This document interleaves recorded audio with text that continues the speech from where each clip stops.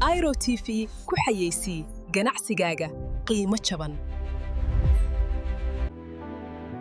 Amar Palace Hotel waa wadnaha Eastlake Nairobi. Ku soo dhawaada. Waxaa idinku soo dhaweyn doona shaqaale loo carbiyeeyay shaqada. Experience the essence of the Silk Road. Suad Hagar Oil. 100% pure organic. Airo TV waxay ka caawin sidii loo sameyn lahaa xayeysiin ka hadlaysa ganacsigaaga. Nagala soo xiriir airotv@gmail.com. taa marka waxay geeysiisay reerka in la waayo cid arintani soo fargelisa cid ka madax badnaan dabkan lagu gurmayo cid keeni karta war waxaan wax dhaama ma heli karna ayaa la waayay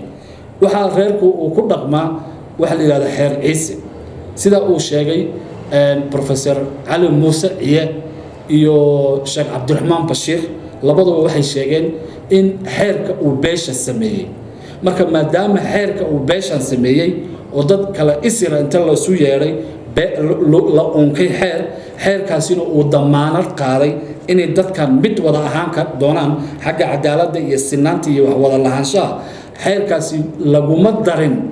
nabadeynta haday wax dhacaan xeerka laguma darin hadii xeerkan oo dadka uu dan u ahayn haduu xeerka la jaan qaadi waayo waqtiyada soo socda casriga ah ma la bedeli kara taana laguma darin xeerkii marka wuxuu noqday xilligii godadka lagu jiray ee Soomaaliya dhanba ay warmaha sidatay ayuu xeerkii wali u dhaqmayaa ummadina waa ummad hormarto magaalooyin tagtay qurbo tagtay nolol u baahano isdhaxgal bulsho u baahano integration u baahano isguursi u baahano nolol in la abuuro u baahan xeerka marka intaas oo ka soo horjeeda dadka wuxuu ku xakameeyay xeerku ama uu ku qodbay in loo noolaado sida 1700 iyo 1600 ummadda maantana tii ma aha marka waxaan rabaa inaan qaybtan beesha ciise aan ku soo gunaanado hadii beesha ciise marka ay nidar ku gashay inay dabka ku daadato oo ilaa qiyaamaha ay dagaal ku jiraan hadii ay iska maanaceen inay nolol iyo barwaaqo abuurtaan iyo horumar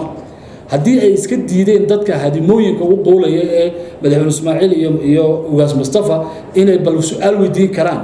ha u diyaar garoobaan inay dabar go'aan sida dinosaurka waa hubaal inay dabar go'ayaan sida dinosaurka saddex arrimood oo dabar go'i doonaan koow waxa la dibi hardi badan madaxu dhintaa hadii maalmo qoomiyad iyo reer aad la dagaalanto ogsoono maalin walba waxa ka minus bad ku sii gelaysa dad baa ka dhamaanaya way dhaawacmayaan dhaawici baa u dhimanaya maartay dhiigbax u dhimanaya haraad baa jira galaangal baa jira abaara jira dagsiimooyin waaweyn iyo dhul cusbitaalada iyo meel barwaaqa ma jiraan marka waxa loo dhimanaya dagaalo oo hardida faraha badan waxa loo dhiman doonaa abaara gaad mareebta oo ay abuureen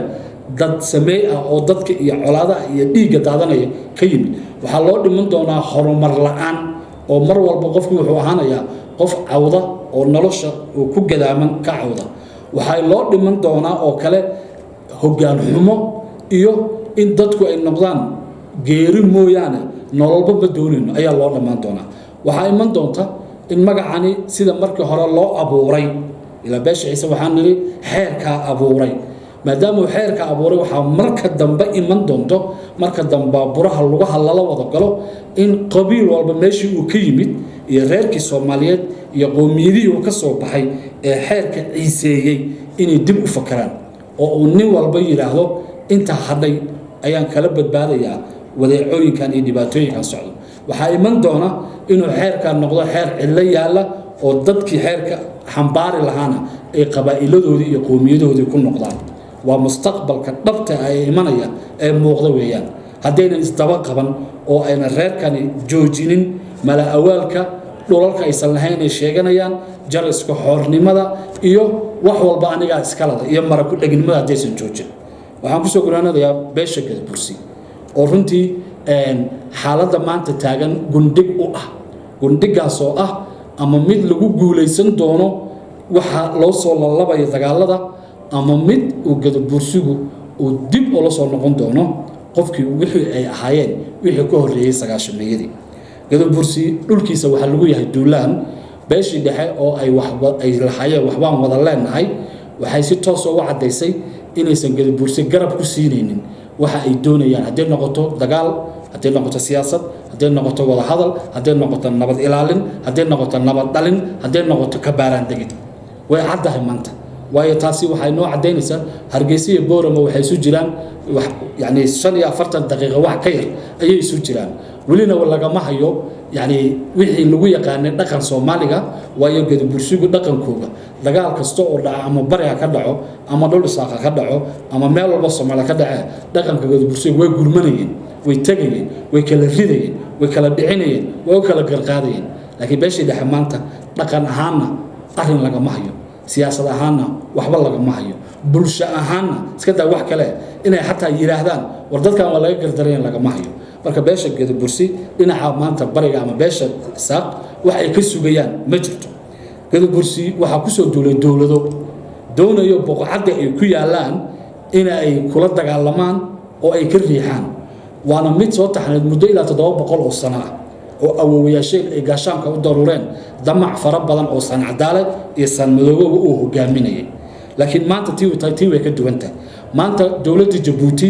oo u aragto 10ka bishan hadda inagu soo folle April oo dawlad loo dareeri doono doorashada wixii ka horeeyay dawladda Djibouti waxay nidar ku gashay in dagaal lagu furo Gadabursi si aysan arinta Djibouti ka dhacaysa iyo ku shubashada iyo musuqa ka jira ay dunidana xagga loogu sii jeediyo Soomaaliyeedna xagga loo eegto beesha Ciise oo iyaga u dulman nidaamkana ay xagga loo jiheeyo taasi waa qodob waxaanu aragnay saanada iyo hubka iyo helikobtarada gobolka oo lagu soo daadinayo la keenayo iyo sida ay u qarimaysanayaan dhalinyarada ADF Gadabursi wali waxa laga leeyahay inuu la yimaado hadaf ama ujeedo dhab ah oo ku wajahan dagaalkan lama hayo odayaashu waxa weeyaan arintooda waa midi oo isku jabtay talada way ka baahday meelay wax ku qaabayaan ee wax kala tashadaan ma jirto ilaa ama inay Hargeysa aadaan ama inay ayaga hoos u shiraan mooyee aqooyahankii Gadabursi meel uu joogo ciyaarta uu daawanaya wuxuuna sugayaa maalinta lagu kala baxo waxa meesha ka dhici doona siyaasiyiintii lahaa Somaliland baan ka tirsanahay kuwii hore kuwan Somaliland ay xamar fadhiya ama dunida jooga intuba waxa laga leeyahay wareeraha isa soo baxaystay iyo dawladuhu waxay ku wajahayn waa inaga Djibouti iyo beesha galbeedka city Somaliland kuma wajahno beesha dhaxal dagaal kuma wadaan laakiin waxa lagu wajahan yahay waa qabiil maadaama qabiilkii lagu wajahan yahay maxaa diiday dadka Gadabursi inay qaab qabiil u fakaraan u falceliyaan qaab qabiil isu abaabulaan qaab qabiil wax u maareeyaan qaab qabiil hantidooda u aroosadaan qaab qabiil ciidamadooda u difaacaan hanaan qabiil maxaa u diiday Gadabursi wali intooda badan waxay daawanayaan dhalanteed muraayada u xiran aanan dadku garanayn sida ay wax oga dhaxdheexanayaan aan dadku qeexi karin runtii ugu dambeyn haduuna Gadabursigu si degdeg isugu iman maalmahan hadda foorto inagu soo haya oo uusan talo oga yeelan waxa dhacaya oo uusan baaq oga soo saarin oo uusan u cadeynin in duulaan lagu soo qaaday waxa iman doonta in la noqdo dadka hadda Djibouti naawilaya madaxweyne Ismaaciil markuu yimaado dad baa waxay naawilayaan isbedel siyaasadeed inuu imanayo isbedelada geeska ka socda ee dirqinaya Soomaaliya iyo Djibouti iyo Ethiopia ayaa waxay ku qasbayaan qof kasta oo madaxweyne ah inuu qaabka iyo xanaanka adduunka wax u jaangooynayo qayb ka noqdo adduunyada nabadda way ka soo dhamaatay adduunyada walaalnimada way ka dhamaatay adduunyada wax xeerinta way ka dhamaatay dunidu maanta waxay ku noqotay xilligii yani muruqa iyo la adeegsanaya iyo maanka isku sidkan xilligii awoodda la adeegsanaya adduunyada maanta u noqotay Gadabursi marka hadii uu filayo in siyaasad uu wax lagu xalin doono in wada hadal walaalnimo iyo ehelnimo wax lagu xalin doono taa way soo dhamaatay qoriga maanta dhalinyarada ADF ay sitaan wuxuu qayb ka noqon doonaa isbedelka geeska ka socda hadii marka aad qorigaaga qaadato oo ninkii aad wax wada lahaydeen iyo kii aad walaalnimada iyo abtinimada ku xiseynayso uu qori ku sito waxa kaliya wax ka badbaadinaya waa qori ninka qori sita wuxuu ka baqaa nin qori sita laakiin nin qori sita kama baqo nin qalin sita ama meel iska fadhiyo maalinta ay taa timaadana waxa imanaysa murtida ahayd Soomaaliyeed yani waxay tiraa Soomaalida hebel 20 baa u dhiman qof baa la dili qofkii qof loo dilmay 20 baa loo dilay laakiin maalinta qori uu yimaado qof dili karay ma jirto marka waxaan ku soo gunaanadayaa dhalinyarada Gadabursi oo barnaamijkayga labeenta ugu dambaysa ama linka xiga u yahay inayna sugin oday siyaasi iyo aqoonyahan gacantiina waxay idin goyso ayaad kula shuraakoobi kartaan arrimaha geeska ka socda geeska ninka aan qori sidanin talo ma leh arrin ma leh qiimana ma leh miiska wada hadalka waxaad iman lagula gorgortami qiimo aad yeelan maalinta aad qorigaaga degta ku sidato halkaas soo fariiso murtidii dadka tigreega muxuu ahaa 60 jirka waxay yiraahdaan tigreegu 20 sano waxaad ku jirtaa waxbarasho iyo nolol iyo halgan hore 40 sano waa inuu qoriga degta ku sarnado qabaadidii 60 jir bay isku qiyaasaan iyaga noloshooda isku celceliska noloshooda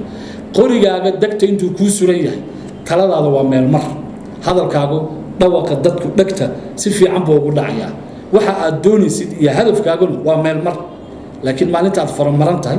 ee aad sheeyda ka eeganaysa dhinac saaga oo maalinba gurigaaga inta imaad ku dhex dagaalamayo waxaad noqon doontaa un maato